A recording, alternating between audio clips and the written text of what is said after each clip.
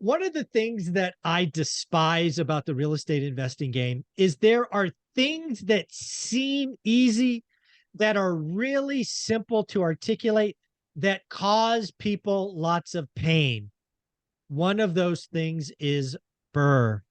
Mm. Mr. Brian Anderson put out a great video the other day that went viral, and I just wanted to poke at that a little bit, see if we can't get some of that goodness here. Brian, what do you got? What's going on with BRRRR? So it was so interesting, honestly, because when I put it out, I thought that it wouldn't be popular, right? Because nobody wants to hear from the conservative guy. Everybody wants to hear about the churn and burn Rah, guy. rah, rah. Exactly. So the video, the essence of the video was when we go out and we do the BRRRR strategy, which you and I both also love and enjoy. Oh, I've done But right 50 times. there you go. Right. And so, but the backside of it is what we don't talk about enough, which is, yeah, you can go out and extract the equity out and then go and pursue more opportunities. But in doing that, staying sensitive to what does that do for the cash flow of the current asset. And so many people appreciated the fact that I brought that up, while not sexy in discussion, necessary and requisite for people to understand. Because if you choke off that cash flow too much by squeezing the equity out, you're putting yourself in a risk to where that thing could become an alligator if interest, if insurance rates, millage rates go up, property taxes, etc. And everybody's like, yeah, but that's why you DSCR. And I'm like, yeah, but you still need we cannot afford to let lenders tell us what to do about our assets. All because they're willing to give you something, you have to be the one that's financially responsible and understanding how much leverage you should take, regardless of what they're willing to give you. Just because you can doesn't mean you should, right? The first property I did a cash out refi was Norris Drive. It's in my book, One Rental at a Time. Thousands of reviews on Amazon. Go get it. Take a selfie, send it to me. But it's the only picture in the book. It's a picture of an alligator eating a bag full of money. Norris Drive. We bought it for 107, cash flowed $300-400. 2 or 3 years later, we go to do a cash out refi. The banker asked me, how much do you want? Dude, Brian, I didn't know any better. I said, how much can I have? And they gave me the full thing. I was now writing a check every month for my tenants to live in my home 100%. before anything broke. Yeah. Now, again, the lender did that because, hey, I got a 6-figure job. I got no other debts. They're like, you're good for it. But that doesn't make it right. That makes it stupid. And given where rates are today and where they're going, and a cash out's different than a purchase and all of these things, there's not enough discussion about the exit of BRRRR, the refi.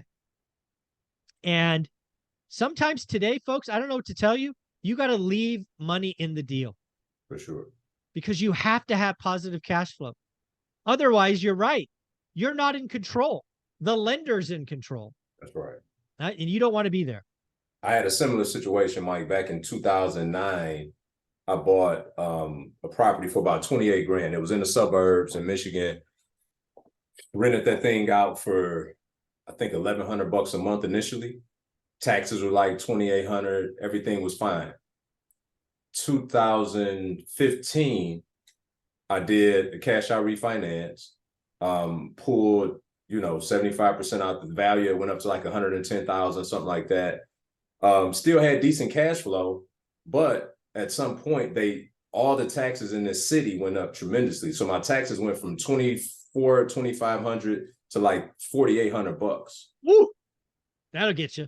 Insurance also went up. So much like yourself, I had a negative rent situation until I was able to, until the rents of that area also caught up to where, yeah. Right. But that was a painful, probably 18 to 24 months where I was stroking a check every month.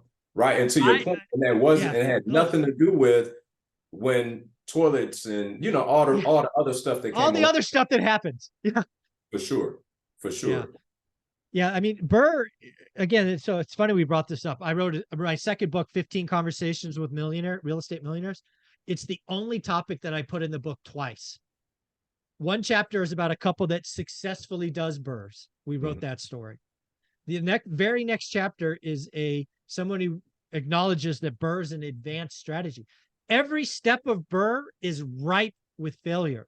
This is the other thing to point out. There was never a better time to do BRRRR than 2020 and 2021. The market bailed you out. Rents bailed you out. Sure. Interest rates bailed you out.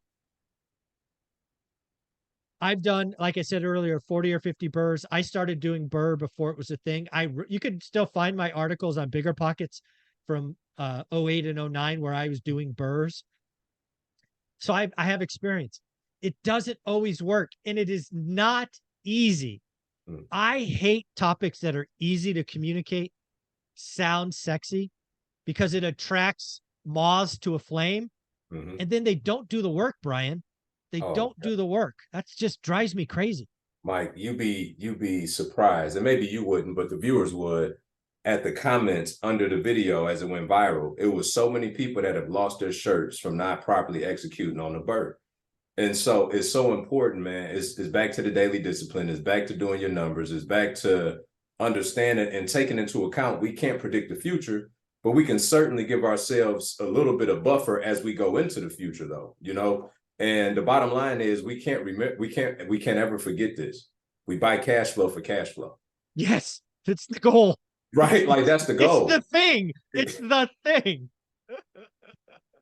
What are we doing? Oh, that's so funny. So again, I'm very critical of BRRRR because I've seen it wreck people. When you've got it and you can wire it in and the deal makes sense, by all means, flipping the lending is awesome. I've done it. Sure. I have no money in my entire portfolio because of BRRRR. Yeah. So I'm a fan, but I hate it when the gurus pitch it as easy, simple, riskless. It's none of those things. Yeah. Yeah. And this is the other ignorant thing that I hear a result of it is like, yeah, but if that happens, then you just increase the rents on your tenant. And I'm like, oh, okay.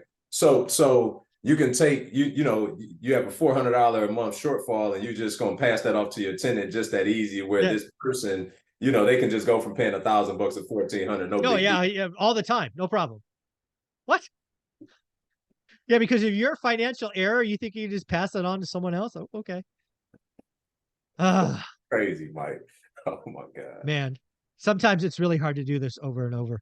But you do an amazing job. You have a 5-day challenge you do monthly, which is amazing. Where can people find it and where can people follow you?